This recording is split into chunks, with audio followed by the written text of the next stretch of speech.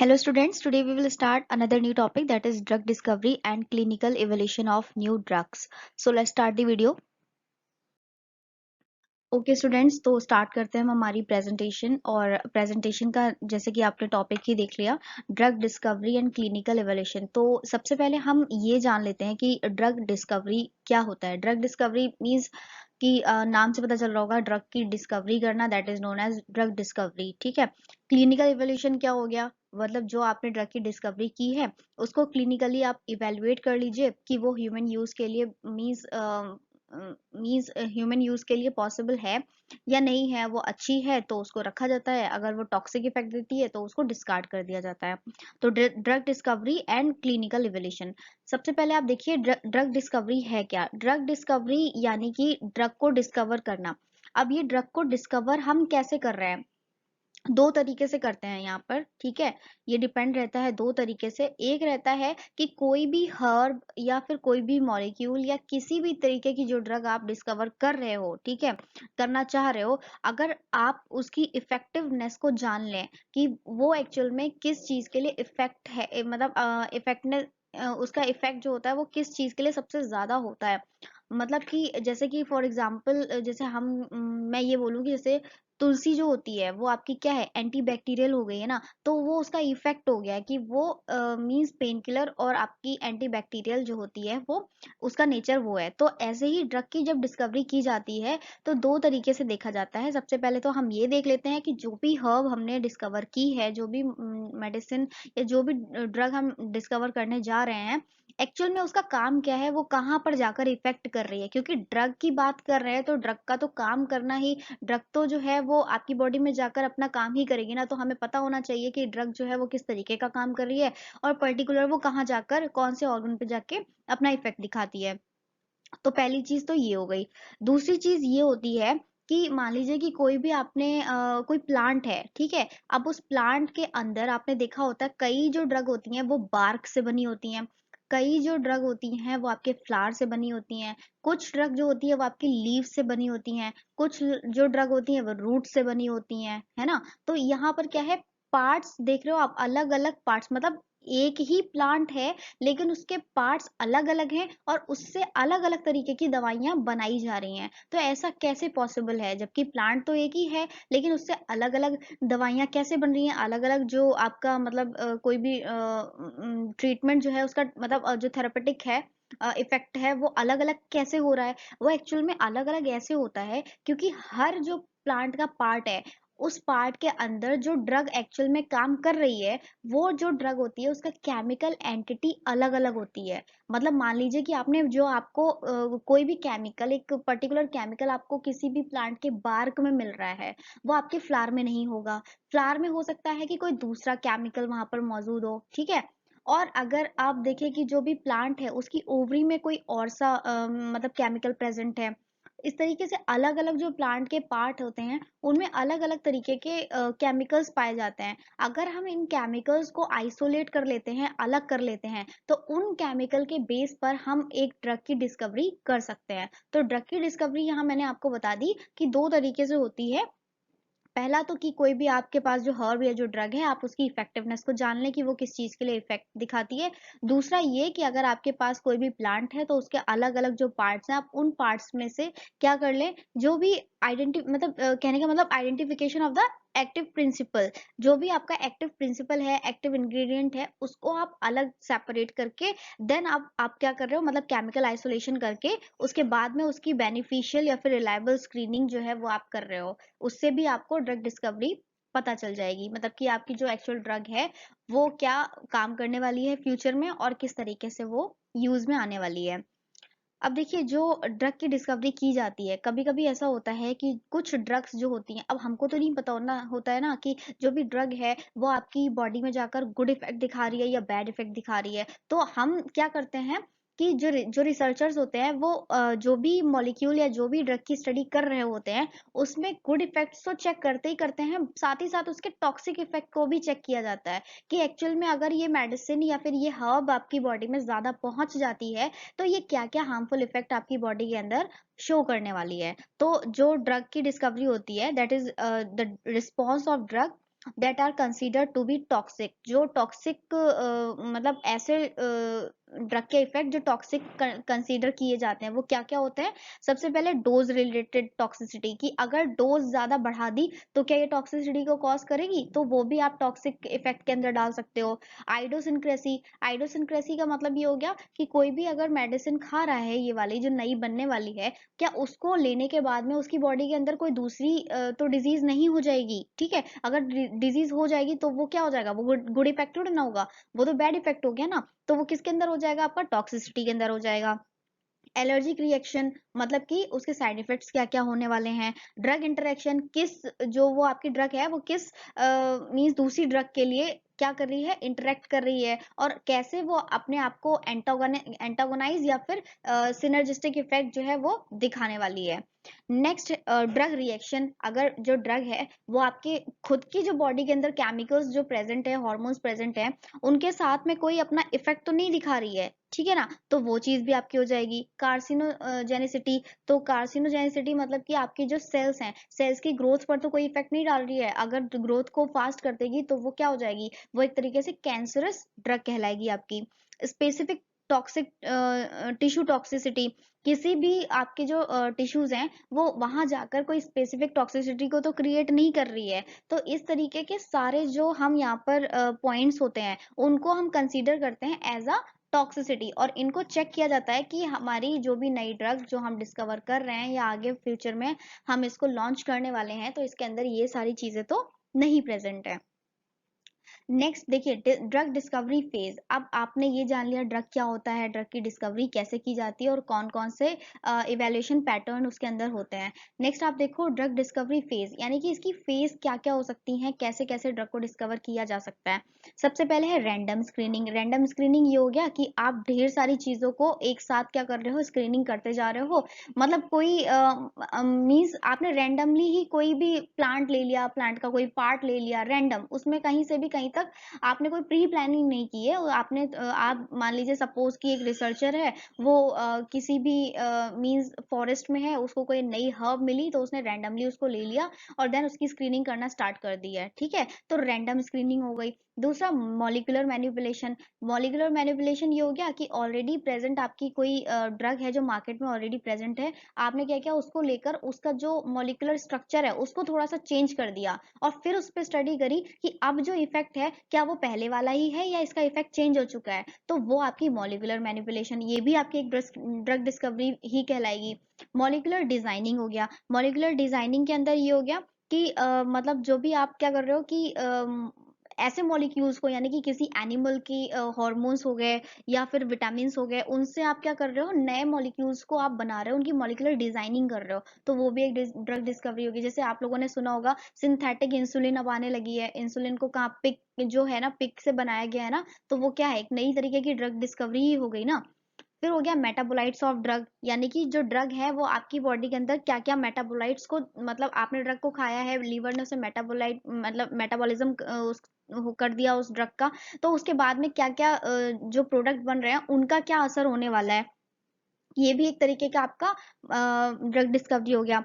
एक हो गया आपका सेरेंडिपिटी। सेरेंडिपिटी क्या हो गया कि जिसमें हम क्या कर रहे हैं, गुड ऑब्जर्वेशन बाय चांस। इसमें क्या हो रहा है, it means to accidentally find something valuable, मतलब कि क्या है कि आप कुछ और फाइंड कर रहे हो और अचानक से कुछ और ही आपको फाइंड हो जाता है। अभी आपने रिसेंटली में एक न्यूज सुनी होगी जिसमें क्या हुआ है कि एक डॉक्टर है और वो डॉक्टर मीन्स किसी का सर्जरी कर रहे होते हैं, और उस सर्जरी में उन्हें नया कुछ पता चलता है कि जो हमारे स्लाइवरी ग्लैंड्स होते हैं, वो स्लाइवरी ग्लैंड्स हमने पढ़ा है 3 टाइप के होते हैं, 3 टाइप के नहीं होते हैं, उन्होंने एक नई स्लाइवरी ग्लैंड को भी डिस्कवर किया है, तो वो एक्सीडेंटली हो गया क्योंकि वो करना कुछ और जा रहे थे और एक्चुअल में उन्होंने फाइंड कुछ और कर लिया, तो वो क्या हो जाएगा, वो भी आपका ड्रग डिस्कवरी के अंदर ही आता है।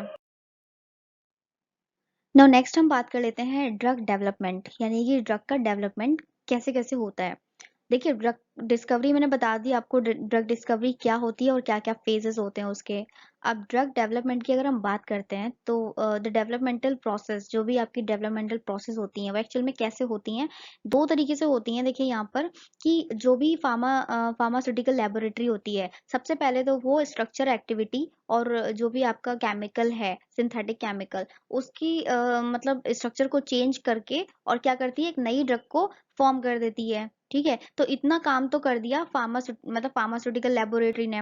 फार्मास्यूटिकल लेबोरेटरी में जो केमिकल एनालिस्ट होता है वो भी यही सेम काम करता है। चीज जब आपके कोई भी नया जो ड्रग है वो डिस्कवर हो जाता है, तो वो उसके ऊपर क्या करता है, एनालिटिकल जो केमिस्ट होता है वो जो भी एनालिटिकल केमिस्ट्री को यूज करके और कंफर्म करता है कि जो भी आपका जो मीन्स ड्रग है वो एक्चुअल में आपका क्या है, मतलब कि आगे जो है, आगे जाकर मतलब उसकी केमिकल जो स्टडीज होती हैं उनको वो कंप्लीट कर चुका होता है कि केमिकली जो आपकी ड्रग है वो अप्रूवन है कि ये ड्रग तो आपकी केमिकली बिल्कुल ठीक है, लेकिन ये बॉडी में जाकर कैसा काम दिखाने वाली है, ये चीज आपका केमिकल जो केमिस्ट जो होता है वो उसको मीन्स चेक नहीं करता है। ठीक है, तो ये दो तरीके से रहता है, pre clinical pharmacology and clinical pharmacology. अब यहाँ तक तो काम जो है वो आपके फार्मास्यूटिकल लेबोरेटरी में हो गया।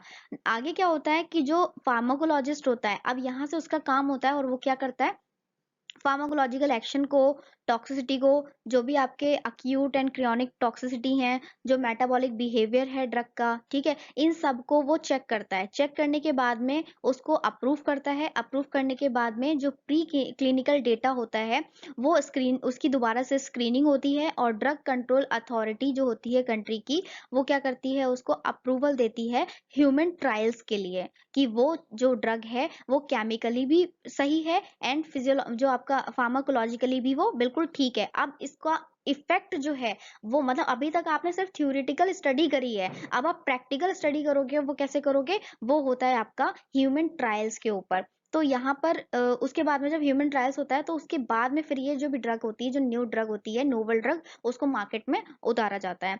तो यहाँ पर क्या है कि जो न्यू ड्रग जो होती है उसके डेवलपमेंट में कुछ स्टेप्स को इन्वॉल्व किया जाता है, लाइक इनिशियल सिंथेसिस, जो भी आपकी इनिशियल सिंथेसिस है, ड्रग को आइसोलेट करना, निकालना, वो किया जाता है। उसके बाद में ओवरऑल बायोलॉजिकल इवोल्यूशन पूरा चेक किया जाता है।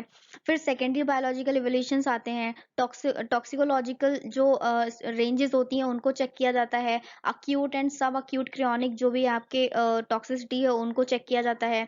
मेटाबॉलिक क्राइटेरिया को पढ़ा जाता है, स्टडी किया जाता है। फिर अल्टीमेट उस ड्रग को बनाया जाता है, बल्क मटेरियल बनता है उसका ढेर सारा, ठीक है, और उसके बाद में क्वालिटी कंट्रोल टेस्ट किया जाता है उसका। फिर आती है आपकी ह्यूमन ट्रायल्स की फेज वन क्लिनिकल इवोल्यूशन किया जाता है, जिसमें human toxicity and metabolic studies को किया जाता है। फिर उसके बाद में क्या होता है, जब फर्स्ट जो क्लिनिकल ट्रायल होता है वो पास हो जाता है, देन उसकी डोजेस फॉर्म को बना दिया जाता है ड्रग की, और वो डोजेस फॉर्म सेकेंड फेज के अंदर फिर से चेक की जाती हैं और इसके अंदर डोज टाइट्रेशन वगैरह करते हैं। फिर फेज थर्ड आती है आपकी क्लिनिकल इवेल्यूशन की, जिसके अंदर टॉलरेंस को स्टडी किया जाता है कि ड्रग टॉलरेंस कितना है, इसका कोई एडिक्शन तो नहीं है, इसका कोई फाइनली क्रियोनिक साइड इफेक्ट तो नहीं है, कोई टॉक्सिकोलॉजिकल मींस उसकी स्टडीज की जाती हैं।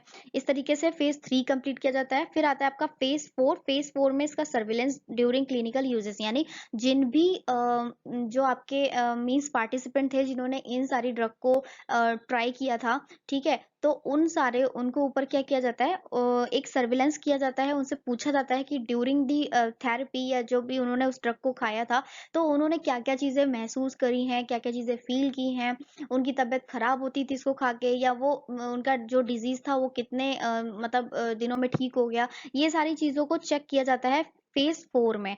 फेज़ 4 के बाद में अल्टीमेट जब सारी चीज़ें बिल्कुल क्लियर हो जाती हैं, आपका थ्योरेटिकल एंड आपका जो मीन्स जो आपका क्लिनिकल ट्रायल है वो भी पास हो जाता है, तब उसके बाद में फिर जो अथॉरिटी होती है, ड्रग अथॉरिटी होती है, वो क्या करती है, उस ड्रग को अप्रूव कर देती है एंड वो ड्रग आपकी मार्केट में आ जाती है। इस तरीके से पूरा ड्रग का डेवलपमेंट होता है। ठीक है, तो आई होप कि आपको ड्रग डेवलपमेंट जो है वो क्लियर हो गया होगा।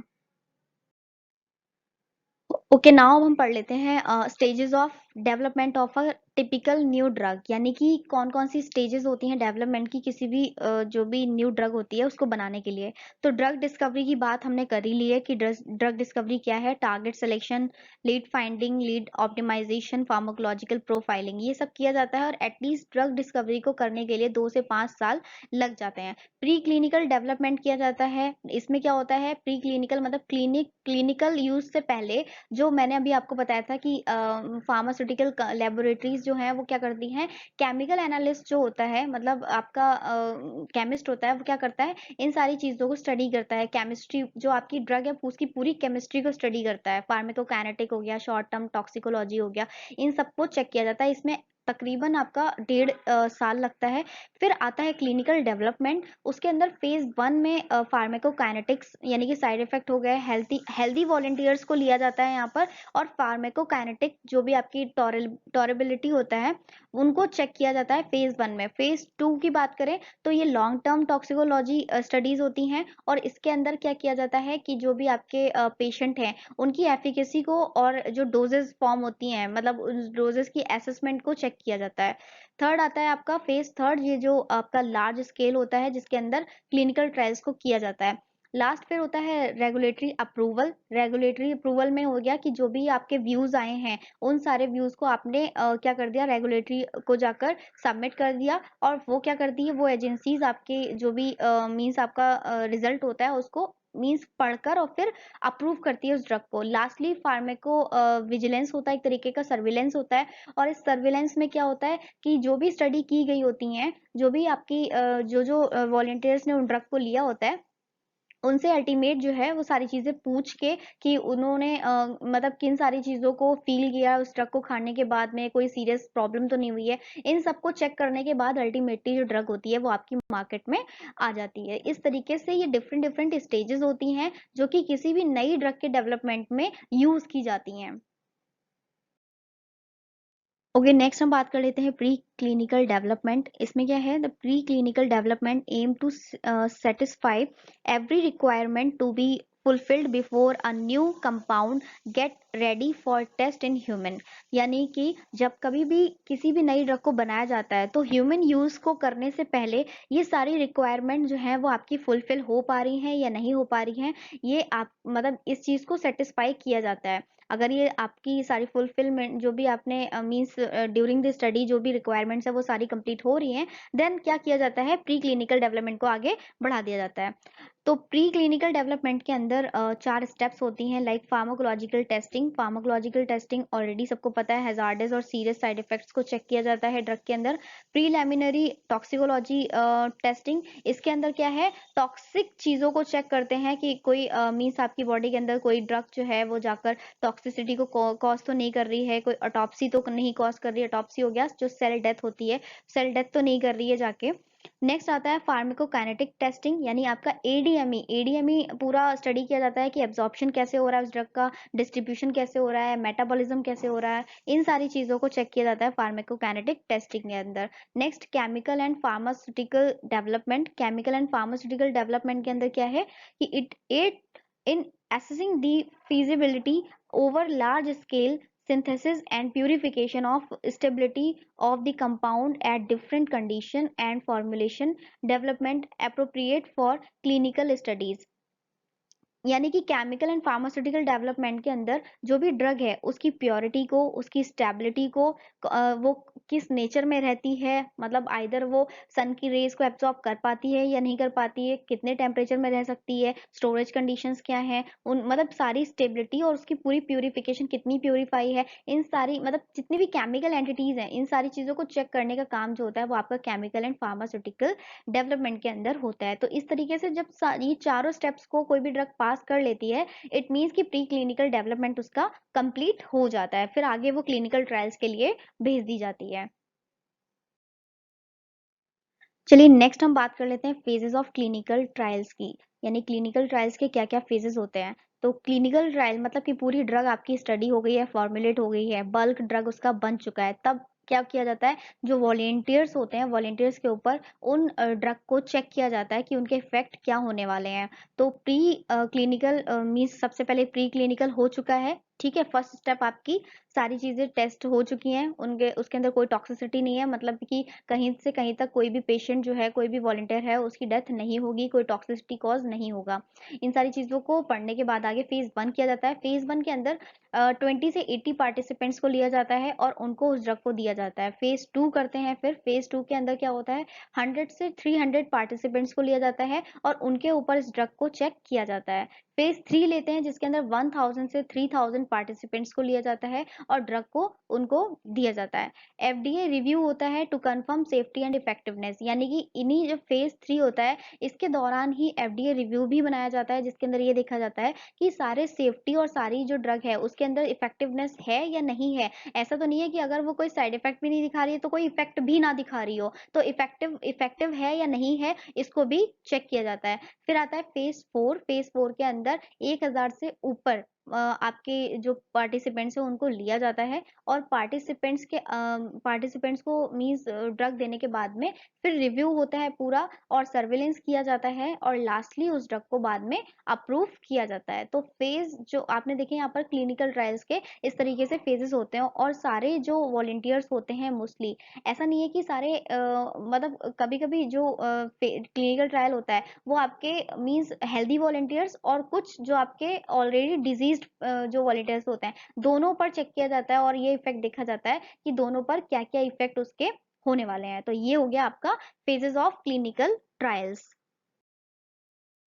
ओके, नाउ अब हम देख लेते हैं कि फार्माकोविजिलेंस क्या होता है। फार्माकोविजिलेंस आपने कई बार इसका नाम सुना होगा और बहुत ही इंपॉर्टेंट एक तरीके का टर्म है जो आपकी ड्रग डिस्कवरी और क्लिनिकल ट्रायल्स के अंदर कहीं ना कहीं आपको सुनने को मिलेगा जरूर। तो फार्माकोविजिलेंस क्या है? फार्मेको मीन्स हो गया आपका मेडिसिन एंड विजिलेंस का मतलब हो गया वॉचफुलनेस, यानी कि मेडिसिन की सारी चीजों को देखने वाला। ठीक है, अब देखने वाला मतलब कि स्टडी को करने वाला, वो आपका फार्माकोविजिलेंस कहलाता है। Process of monitoring, evaluating and improve the safety of medicine in use, यानी जो भी ड्रग को यूज किया जा रहा है उसको मॉनिटर करना, उसको इवेल्युएट करना और उसको साथ ही साथ इम्प्रूव भी करना, ये काम होता है आपके फार्मेको विजिलेंस का। Next, it is carried out by pharmaceutical companies on their product by government agencies on all medical product, यानी कि कुछ फार्मास्यूटिकल कंपनीज अपने प्रोडक्ट पर और गवर्नमेंट एजेंसीज सारे जो मेडिकल प्रोडक्ट होते हैं उनके ऊपर फार्मेको विजिलेंस को करवाती है, ताकि वो ये इंश्योर को कर मतलब इंश्योर कर सके ताकि कि जो आपकी ड्रग आखिर में जो मेडिकल में आने वाली है, मतलब मार्केट में जो आने वाली है, तो वो पूरी तरीके से सेफ है या नहीं है, वो सेफ्टी उसकी सेफ्टी कितनी है कितनी नहीं है, कौन कौन से साइड इफेक्ट्स जो हैं वो मोस्टली देखने को मिलते हैं, इन सारी चीजों को चेक करने का काम जो है वो फार्मेको विजिलेंस का होता है। नाउ रोल की बात करते हैं, फार्माकोविजिलेंस का रोल क्या है? तो इम्प्रूव पेशेंट सेफ्टी, पेशेंट की सेफ्टी को चेक करना, मतलब कि जो ड्रग यूज करने वाला है पेशेंट वो सेफ है या नहीं है। सपोर्ट पब्लिक हेल्थ को सपोर्ट करना।